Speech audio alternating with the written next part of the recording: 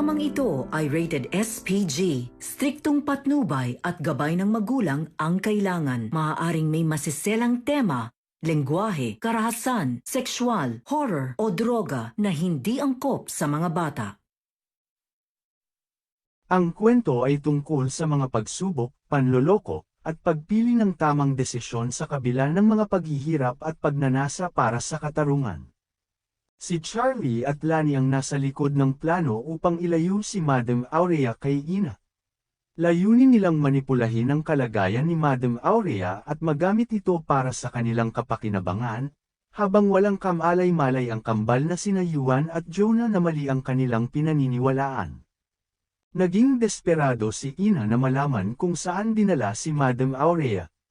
Nagkaroon siya ng alitan kay Jonah at nagbanta si Jonah na ay demanda siya kung hindi siya aalis. Si Kuya Edwin naman ay nagplano upang matulungan si Ina at matukoy kung saan naroon si Madam Aurea.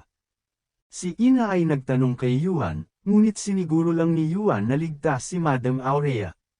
Pinayuhan siya nito na mag-focus sa kanyang kapatid na si Nono kaysa magpatuloy sa paghahanap ng kasagutan. Habang nag-uusap sila, nakita ni Amy ang lumalambot na relasyon nina Ina at Yuan at nagduda. Nagpakita siya ng interes kay Yuan, ngunit binasted siya nito.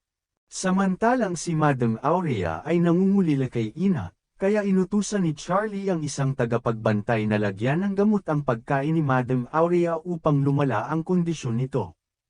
Nagkaroon din ng tensyon kay Cecil, kaibigan ni Ina, nang alisin siya ni Jonah sa trabaho.